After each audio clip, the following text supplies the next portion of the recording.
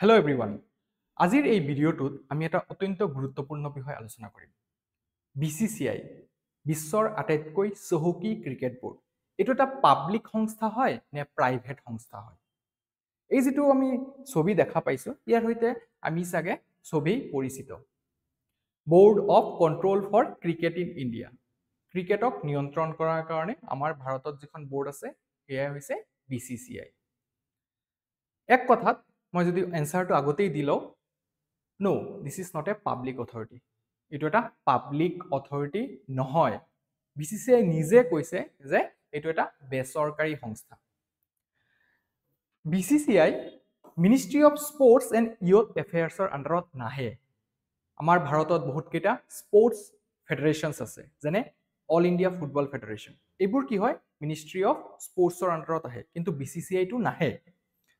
এইটো এটা autonomous society হয়, autonomous charitable society under Tamil Nadu societies registration act 1975। তো নিজকে স্বঘোষিত অটোনমাস চেৰিটেবল সোসাইটি হিচাপে কয়।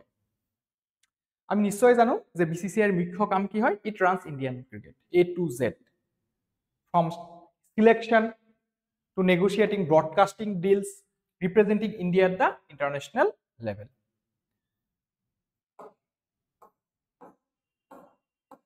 কিন্তু ফান ফ্যাক্টটো কি হয় যে BCCI national symbols, national anthem, national colour, flag এইবোৰ ইউজ কৰে। সো এতিয়া প্ৰশ্ন হয় যে এইটো পাব্লিক অৰ্গেনাইজেশ্যন বা পাব্লিক বডি হিচাপে কিয় ঘোষণা নকৰে? সেই বিষয়টো লৈ পেলাই আমি আলোচনা কৰিম। পাব্লিক অথৰিটিবোৰ RTI এক্টৰ আণ্ডাৰত আহি যায়। RTI act full form right to information, যিটো এটা সানশ্বাইন লেজিসলেশ্যন আছিলে আমাৰ এই ইণ্ডিপেণ্ডেন্সৰ পিছৰ পৰা ডেমক্ৰেচিৰ জাৰ্নিত 2005ত পাছ কৰা হৈছিলে। RTI এক্টে কি কয় যে নাগৰিকসকলে পাব্লিক অথৰিটি এটাৰ পৰা যিকোনো তথ্য বিচাৰিব পাৰে।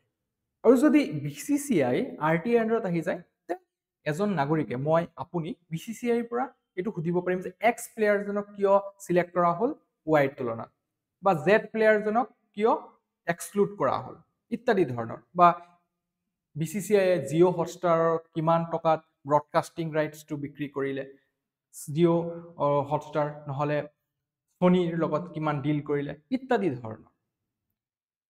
If BCCI was RTI, anyone could ask anything, right from team selection to meeting minutes.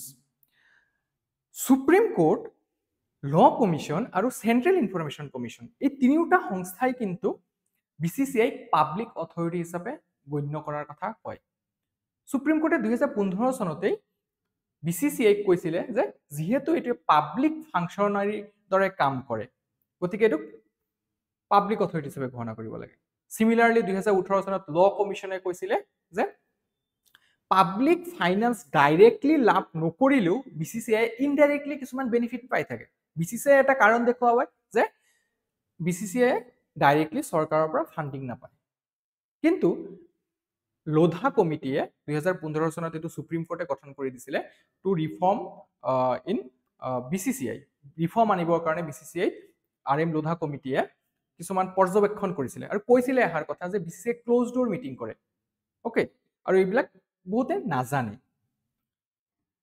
Supreme কোৰ্টে public authority হিচাপে ঘোষণা কৰাৰ কথা কৈছিলে কাৰণ ট্ৰান্সপাৰেন্সি বা স্বচ্ছতা আনিব লাগে। আমি যে আজি ডিসকাস কৰি আছো BCCI বিষয়ে, কিবা এটা নিউজত আছে হয়নে? নিউজ কিয় আছে? কিয় যে নেশ্যনেল স্পৰ্টছ গভাৰ্নেন্স বিল চৰকাৰে আনিছে, অলৰেডি পাছো কৰিছে দুয়োটা হাউজত। কিন্তু এই বিলৰ আণ্ডাৰত কিন্তু ইয়াক আঁতৰত ৰখা হৈছে, পাব্লিক অথৰিটি হিচাপে ধৰা নাই। প্ৰথম যিটো ড্ৰাফট আছিলে এই নেশ্যনেল স্পৰ্টছ গভাৰ্নেন্স বিলৰ ক্লজ 15(2), ইয়াত যিমান স্পৰ্টছ ফেডাৰেশ্যনছ আছে ভাৰতত ৰেকগনাইজড সবকে সামৰি লোৱা হৈছিলে, কিন্তু BCCI কিন্তু এগ্ৰি হোৱা নাছিলে। তাৰ কাৰণে অলপ হাল সলনি কৰিব লগা হ'ল। কেনেকুৱা হাল সলনি কৰিছে?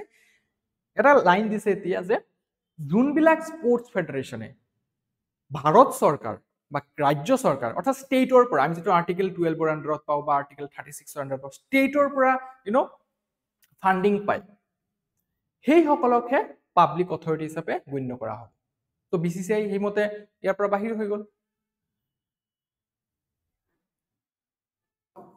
ইয়াত কথাটো কৈছে যে গভৰ্ণমেণ্ট ফাইনেন্সিয়েল এছিষ্টেন্স লাভ কৰিলেহে পাব্লিক অথৰিটি হিচাপে গণ্য কৰিব পৰা যাব আৰু BCCI যিহেতু ডাইৰেক্ট বেনিফিট নাপায় গতিকে RTI পৰা বাহিৰ কিন্তু বহুতে এই যুক্তিটো মানি ল'ব নিবিচাৰে বহুতে ক'ব খোজে যে BCCI 1997 পৰা 2007 ৰ সময়লৈকে বহুতখিনি টেক্স এক্সেম্পচন লাভ কৰিছিলে up to 2100 crore rupees being a charitable society also যিবিলাক মাটি ষ্টেডিয়াম ডেভেলপ কৰাৰ কাৰণে ৰাজ্য চৰকাৰে ক্ৰিকেট এছ'চিয়েশ্যনক দিয়ে সেইবিলাক বহুত কম দামত দিয়ে লিজত দিছিলে যেনেকে 1 টকা প্ৰতি মাহত হিমাচল প্ৰদেশ ক্ৰিকেট এছ'চিয়েশ্যনক ৰাজ্য চৰকাৰে অলসো পাব্লিক মনোপলি BCCI ষ্টেটৰ দৰে কাম কৰে BCCI অল্টাৰনেটিভ কিবা সংস্থা আছে নে ভাৰতত ক্ৰিকেট এডমিনিষ্ট্ৰেট কৰাৰ কাৰণে নাই BCCI এটা দল নিৰ্বাচন কৰে দল সিলেক্ট কৰে এটু দলে ইন্টাৰনেশনাল লেভেলত আমাক ৰিপ্ৰেজেন্ট কৰে সো এটা মনোপলিস্টিক বডিৰ দৰে কাম কৰে so in a way it is a state এটু কব খোজে সুপ্ৰিম কোৰ্ট অনাৰেবল সুপ্ৰিম কোৰ্টে এটু জাজমেন্টত কৈছে সুপ্ৰিম কোৰ্টে কৈছে even if it is private BCCI can be subject to writ jurisdiction under article 226 226 under writ jurisdiction high court issue কৰে 32 ৰ under supreme কোৰ্টে আপোনালোকে comment সেকশনত জনাবচোন 32 ৰ under কিয় সুপ্ৰিম কোৰ্টে নিজে এই ৰিট জুৰিডিকশ্যনটো চাব নোৱাৰে ওকে এই RM লোধা কমিটিয়ে এটা কথা কৈছিলে ক্লোজ ডোৰ আৰু বেক ৰুম এফেয়াৰ বুলি BCCI কেনেকে ৰিপ্ৰেজেন্ট কৰিছিলে তো BCCI যিবিলাক ডিলিংছ হয় সেইবোৰ মিনিট ডিটেইলছবোৰ পাব্লিকে গম নাপায় প্ৰেছ কনফাৰেন্স হৈ থকা দেখা পায় কিন্তু বহুত কিছুমান তথ্য যিবিলাক পাব্লিকলি এভেইলেবল নহয় কিন্তু BCCI ষ্টান্স কি হয় BCCI কয় নহয় আমি সরকারের পৰা 1 টকাও নলও তো আমি এটা প্ৰাইভেট অটোনমাস সংস্থা আৰু আমি ৰেজিস্টাৰ কৰি থৈছো তামিলনাডু ৰেজিস্ট্ৰেচন এক্ট 1975 ৰ আন্ডাৰত it is financially independent not any direct state aid should not be bound by RTI like government departments so BCCI এটো আর্গুমেন্ট যদি BCCI RTI এর আন্ডাৰত আহি যায় তা আগতে আলোচনা কৰিছো যে BCCI সিলেকশনস কেনেকে হয় ব্ৰডকাস্টিং টেলিকাস্ট ৰাইটস বোৰ যেতিয়া ডিলিংছ হয় সেইবোৰৰ বিষয়ে গুটেই হুপা বস্তু A to Z publicly available থাকিব গ্ৰেটাৰ একাউন্টেবিলিটি আহিব ওকে সো এটো এটা বেনিফিট হ'ব যদি RTI এক্টৰ আন্ডাৰত আহে আপোনালোকে কি ভাবে BCCI পাবলিক অথৰিটি হিচাপে ঘোষণা কৰিব লাগে নে নাই একদম কমেন্ট সেকশনত জনাব থ্যাংক ইউ